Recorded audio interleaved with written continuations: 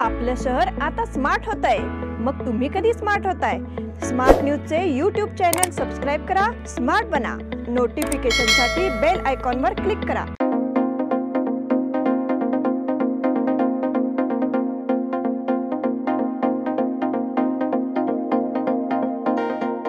आविष्कारतर्फे शनिवारपासून उन्हाळी बाजार येथील आविष्कार संस्थेतर्फे शनिवार दिनांक 6 व रविवार दिनांक 7 रोजी उन्हाळी बाजार भरवून विविध घरगुती वस्तू पदार्थ खरेदी करण्याची संधी उपलब्ध करून देण्यात येणार आहे।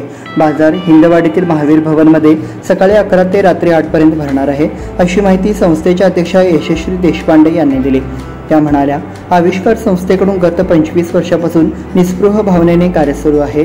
महिलांना लघु उद्योगाचे महत्त्व पटवून देऊन त्यांच्यातील आत्मविश्वास वाढावा म्हणून आम्ही वर्षभर विविध कार्यक्रम राबवत आहोत। या उपक्रमाअंतर्गत 2 दिवस उन्हाळी बाजार भरवत आहोत। मसाले, चटण्या, ड्रायफ्रुट्स, लोणचे, सांडगे, पापड, खाद्यपदार्थ, कॉटन गारमेंट्स व अन्य घरगुती वस्तू खरेदीची परवानगी बेळगावकरांना मिळणार आहे।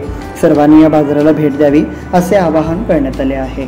नमस्कार, मी श्वेता अंकले स्मार्ट न्यूजच्या आजच्या बुलेटिन मध्ये आपल्या सगळ्यांचं स्वागत करते।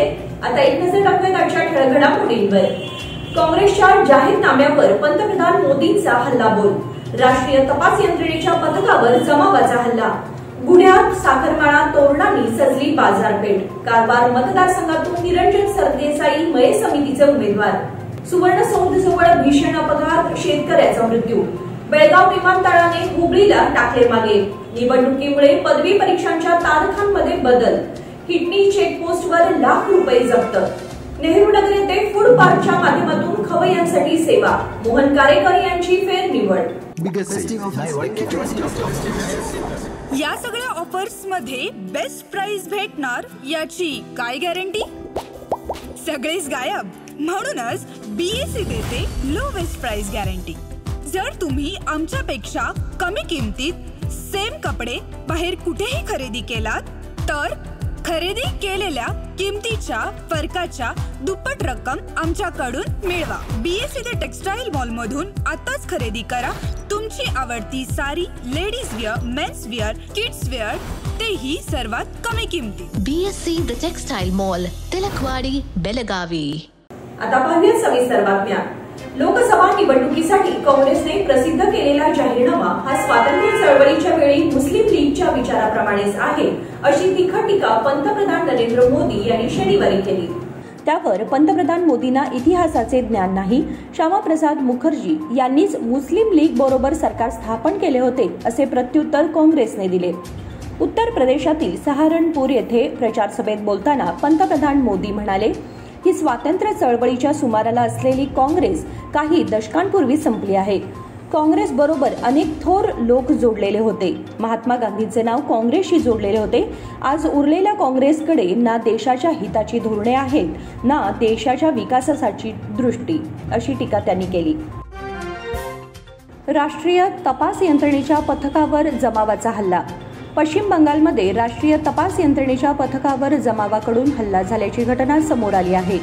भूपतीनगर बॉम्बस्फोट प्रकरणाचा तपास करण्यासाठी राष्ट्रीय तपास यंत्रणेचे एक पथक या ठिकाणी दाखल झाले असता जमावाने एनआयएच्या पथकातील वाहनांची तोडफोड करत हल्ला केला।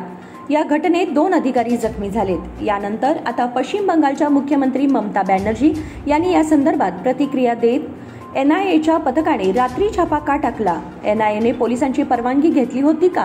असे अनेक प्रश्न विचारले आहेत। निवडणुकीच्या आधी लोकांना अटक का करत आहेत? भाजपाला असे वाटते की ते प्रत्येक बूथ एजंटला अटक करतील। यासाठी एनआयएला काय अधिकार आहेत? अशा कडक शब्दात मुख्यमंत्री ममता बॅनर्जी यांनी खडे बोल सुनावले।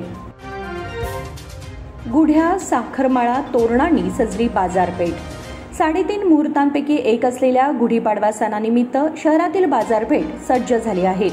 साखरेच्या माळा, फुलांची माळ, कलश, तोरण, मिनी गुढीसह अन्य वस्तूंनी बाजारपेठ सजली आहे। यंदा साखरेच्या माळांसोबत गुळापासून तयार झालेल्या माळा देखील बाजारात दाखल झाल्या आहेत। सकाळ आणि सायंकाळच्या सत्रात बाजारपेठेत गर्दी होत असली तरी दुपारच्या वेळी उष्म्यामुळे उलाढालींवर परिणाम जाणवत आहे। अवघ्या 2 दिवसांवर गुढीपाडवा आल्याने बाजारपेठात नवीन वस्तू खरेदीसाठी गती आली आहे। खडे बाजार, गणपत गल्ली, पांगुळ गल्ली, मारुती गल्लीमध्ये गुढीपाडव्यासाठी लागणाऱ्या साहित्यांचे स्टॉल्स सजले आहेत। गुढीसाठी लागणाऱ्या नव्या काठीसह रेशमी तलम वस्त्र, लहान तांब्या, कृत्रिम फुलांचा हार, पाने, माळा आणि साखरगाठींची खरेदी सुरू झाली आहे.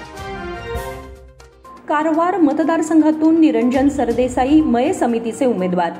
कारवार लोकसभा मतदारसंघातून महाराष्ट्र एकीकरण समितीतर्फे निरंजन सरदेसाई यांची उमेदवारी जाहीर करण्यात आली आहे. त्यामुळे कार्यकर्त्यात उत्साहाचे वातावरण निर्माण झाले आहे. गेल्या काही दिवसांपासून बेळगाव आणि कारवार लोकसभा मतदारसंघातून महाराष्ट्र एकीकरण समितीने निवडणूक लढवावी अशी मागणी कार्यकर्त्यातून होत होती. त्यानुसार दोन्ही ठिकाणी गेल्या काही दिवसांपासून निवड प्रक्रिया सुरू करण्यात आली आहे. रविवारी खानापूर येथील शिवस्मारक येथे तालुका समितीची बैठक आयोजित करण्यात आली होती. अध्यक्षस्थानी गोपाळराव देसाई होते. लोकसभेच्या माध्यमातून मराठी भाषिकांची ताकद दाखवून देण्याचा निर्धार करण्यात आला. सुवर्ण सौधजवळ भीषण अपघात, शेतकऱ्याचा मृत्यू. सुवर्ण सौधजवळील बस्तवाड गावच्या हद्दीत रविवारी झालेल्या भीषण अपघातात कोथिंबिरीची वाहतूक करणाऱ्या शेतकऱ्याचा जागीच मृत्यू झाला. मालवाहू वाहन आणि कोथिंबीर घेऊन जाणारा ट्रॅक्टर यांच्यामध्ये झालेल्या अपघातात बस्तवाड गावातील मल्लप्पा दोड्डू कल्लनवर या शेतकऱ्याचा मृत्यू झाला. बेळगावच्या बाजारपेठेमध्ये कोथिंबीर घेऊन जात असताना मागून आलेल्या मालवाहू वाहनाने ट्रॅक्टरला जोरदार धडक दिल्याने ट्रॅक्टरचा पूर्ण चुराडा झाला. हिरेबागेवाडी पोलिसांनी घटनास्थळी भेट देऊन तपासणी केली.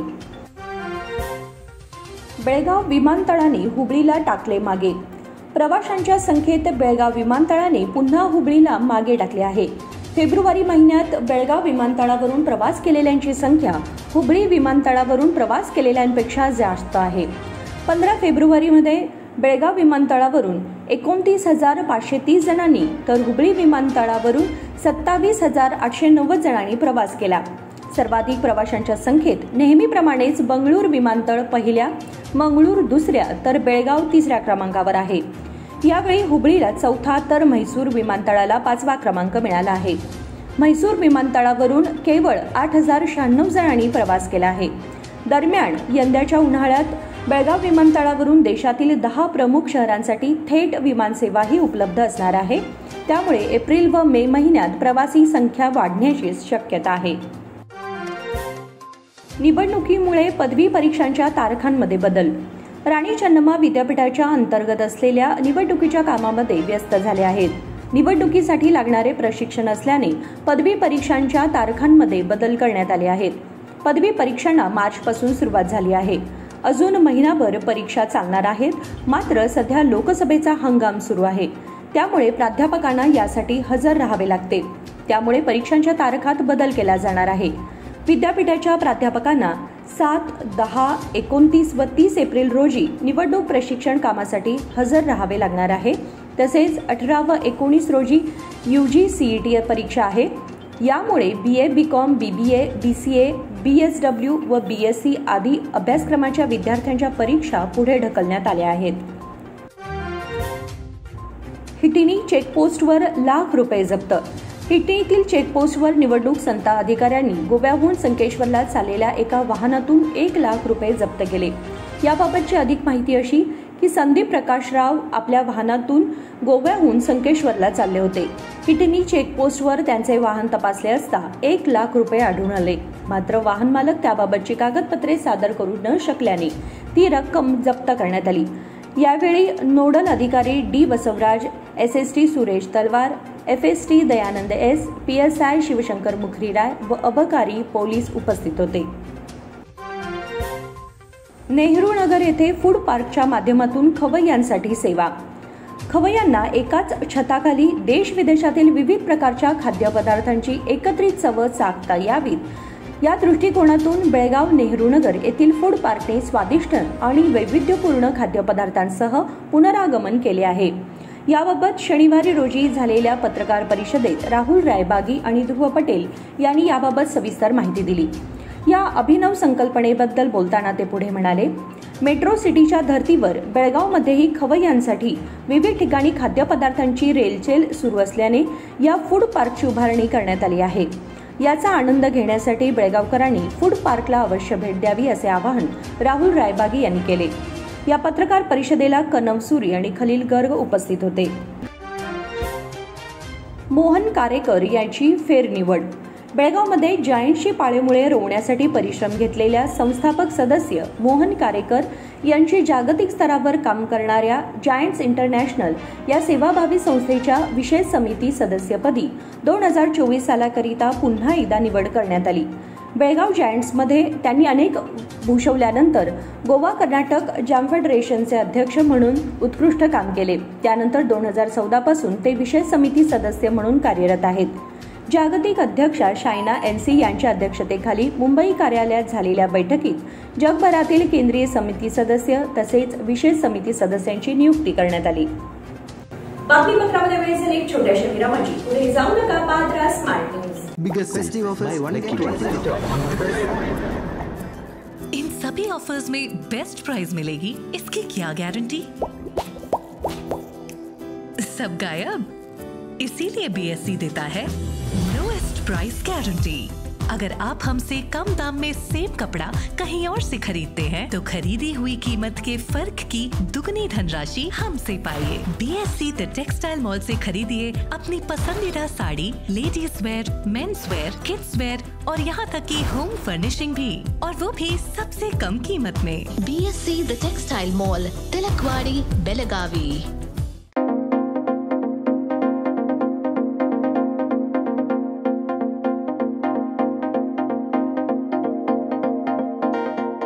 विरामानंतर तुम्हा सगळ्यांचं पुन्हा एकदा स्वागत. पाहूया पुढची बातमी. राजहंस गडावरील सिद्धेश्वर देवस्थानात गुढीपाडवा व इतर धार्मिक कार्यक्रम साजरे करण्यात येणार आहेत. सिद्धेश्वर मंदिरात गुरुवारी झालेल्या गावकरी व देवस्थान पंच समितीच्या संयुक्त बैठकीत हा निर्णय घेण्यात आला. मागील काही दिवसांपासून पंच समिती व ग्रामस्थांवर दबाव आणून धार्मिक कार्यक्रमात खंड वाढण्याचा प्रयत्न सुरू आहे. गडावरील सिद्धेश्वर मंदिर पुजाऱ्यांना पोलिसांकडून फोनद्वारे पोलीस ठाण्यात हजर राहण्याच्या सूचना करण्यात आल्या होत्या. पुजाऱ्यांनी मंदिर पंच कमिटीला कळवल्यानंतर पंच समितीने पोलिसांशी संपर्क साधला. ग्रामस्थ व मंदिर पुजाऱ्यांना नाहक त्रास देऊ नये, अन्यथा जिल्हाधिकारी कार्यालयावर मोर्चा काढू असा इशारा देण्यात आला. निवडणूक कर्तव्य जबाबदारीने पार पाडा. सध्याच्या लोकसभा निवडणुकीच्या घोषणेच्या पार्श्वभूमीवर निवडणूक कर्तव्यावर नेमलेल्या अधिकारी व कर्मचाऱ्यांनी आपले कर्तव्य चोखपणे व जबाबदारीने पार पाडावे असे ग्रामपंचायत सीईओ आणि चिकोडी लोकसभा मतदारसंघाचे रिटर्निंग ऑफिसर राहुल शिंदे यांनी अधिकाऱ्यांना सूचना केल्या. चिकोडी उपविभागीय अधिकारी कार्यालयाच्या सभागृहात शनिवारी आयोजित सहाय्यक निवडणूक अधिकारी, विविध समित्यांचे नोडल अधिकारी यांच्या बैठकीच्या अध्यक्षस्थानी ते बोलत होते. ते म्हणाले की सध्याच्या निवडणुकीच्या कामासाठी नेमण्यात आलेल्या सर्व अधिकारी व कर्मचाऱ्यांनी निवडणूक मार्गदर्शक तत्वांनुसार काम करावे आणि कोणतीही कसूर होऊ देऊ नये असेही त्यांनी सांगितले. बँक व्यवहार डिजिटल पेमेंटवर लक्ष ठेवण्याच्या सूचना. लोकसभा निवडणुकीच्या पार्श्वभूमीवर आदर्श आचारसंहिता लागू असल्याने संशयास्पद बँक व्यवहार आणि डिजिटल पेमेंटवर लक्ष ठेवावे. जिल्हा निवडणूक अधिकारी तथा जिल्हाधिकारी नितेश पाटील यांनी बँक अधिकाऱ्यांना सांगितले की मोठ्या रकमेचे व्यवहार व संशयास्पद व्यवहार आढळल्यास तत्काळ माहिती द्यावी. शनिवारी शहरातील जुन्या जिल्हा पंचायत सभाभवनात झालेल्या बँक अधिकाऱ्यांच्या बैठकीत त्यांनी आदर्श आचारसंहितेनुसार बँक व्यवहारांबाबतच्या मार्गदर्शक तत्वांची माहिती दिली. संशयास्पद बँक व्यवहार आणि डिजिटल पेमेंटवर कडक नजर ठेवत आहे. व्यवहारांची माहिती तातडीने सादर करावी अशी सूचना बँक अधिकाऱ्यांनी केली. कावळेवाडी येथे बक्षीस वितरण संपन्न. प्रयत्न केल्यास हमखास यश प्राप्त होते असे मौलिक विचार माजी मुख्याध्यापक पी बेळगावकर यांनी अध्यक्षपदावरून बोलताना निबंध स्पर्धा कार्यक्रमात व्यक्त केले. राष्ट्रपिता महात्मा गांधी सामाजिक संस्था व वाचनालय कावळेवाडी यांच्यातर्फे निबंध स्पर्धेचे आयोजन करण्यात आले होते. पश्चिम विभाग शिक्षण संस्थेचे सचिव AL निलजकर यांच्या हस्ते सरस्वती फोटोपूजन करून स्पर्धेला सुरुवात झाली. उपस्थित मान्यवरांचे स्वागत खजिनदार मनोहर मोने यांनी केले. प्रास्ताविक संस्था अध्यक्ष YP नाईक यांनी करून भविष्यात राबवण्यात येणाऱ्या उपक्रमांची माहिती दिली. कवी संमेलन, पुरस्कार देऊन गौरवणे, वक्तृत्व स्पर्धा, कथा वाचन स्पर्धा आयोजित करून मराठी भाषा संवर्धनासाठी विविध उपक्रम राबवण्यात येणार आहेत अशी माहिती दिली. मनपाचे वाहन धावते विना नंबर प्लेट. महापालिकेचे एक वाहन विना नंबर प्लेट शहरातून फिरताना दिसते. याची कल्पना देऊनही त्यावर कोणतीच कार्यवाही झाली नसल्याचे दिसून येते. नागरिकांनी महापालिकेचे वाहन विना नंबर प्लेट फिरत असल्याचे छायाचित्र सोशल मीडियावर व्हायरल केले आहे. ही बाब महापालिकेच्या देखील ध्यानात आली, परंतु त्यांनी या वाहनावर नंबर प्लेट घालण्याची तसदी घेतली नाही. माध्यमांमध्ये वृत्त पसरूनही यावर कार्यवाही होत नसल्याने आश्चर्य व्यक्त होत आहे. अनंतकुमार हेब्बार प्रचारापासून दूर. यंदा भाजपने लोकसभेच्या सर्व 28 जागा जिंकण्याचे उद्दिष्ट राखले आहे, पण काही ठिकाणची बंडखोरी शमवण्यात अद्यापही यश मिळालं नाही. कारवारमध्ये माजी केंद्रीय मंत्री अनंतकुमार हेगडे यांनी कोर कमिटी बैठकीला गैरहजर राहून अधिकृत उमेदवाराचा प्रचार करणार नसल्याचा संदेश रवाना केला आहे. प्रदेशाध्यक्ष विजेंद्र यांनी कारवारमधील कोर कमिटी सदस्यांची बैठक बंगळुरात बोलावली होती. या बैठकीला कारवारचे प्रभारी हरताळू हालप्पा, राज्य संघटना सचिव राजेश, उमेदवार विश्वेश्वर हेगडे कागेरी उपस्थित होते, पण बंगळुरातच असणारे अनंतकुमार आणि शिवराम हेब्बार बैठकीला अनुपस्थित राहिले. पोलीस उपायुक्तांच्या नोटीसीला स्थगिती. महाराष्ट्र एकीकरण समितीच्या पदाधिकाऱ्यांना पोलीस उपायुक्तांनी दिलेल्या नोटीसीला न्यायालयाने स्थगिती दिली असून मार्केट पोलिसांना नोटीस बजावली आहे. शहरात काळा दिनानिमित्त सायकल फेरी आयोजित करण्यात आली होती. ही फेरी विनापरवाना व नियमबाह्य होती. फेरीवेळी कर्नाटक सरकार विरोधात घोषणा देऊन भाषिक तेढ निर्माण करण्याचा प्रयत्न केल्याचा आरोप करून गुन्हा दाखल करण्यात आला. त्यामुळे या संदर्भात नोटीस बजावून लोकसभा निवडणुकीत समितीच्या पदाधिकाऱ्यांकडून कायदा आणि सुव्यवस्थाबाबत प्रश्न उपस्थित होण्याची शक्यता आहे, असे कारण देत पोलीस उपायुक्त कार्यालयामध्ये हजर होण्याची सूचना नोटीसीद्वारे करण्यात आली होती. यावेळी ॲडव्होकेट महेश बिर्जे यांनी बाजू मांडताना सदरची कारवाई एकतर्फी आहे. 11 जणांची कोणतीही बाजू ऐकून न घेता पोलीस उपायुक्तांनी एकतर्फी आदेश दिला अशी बाब न्यायालयाच्या समोर आणली.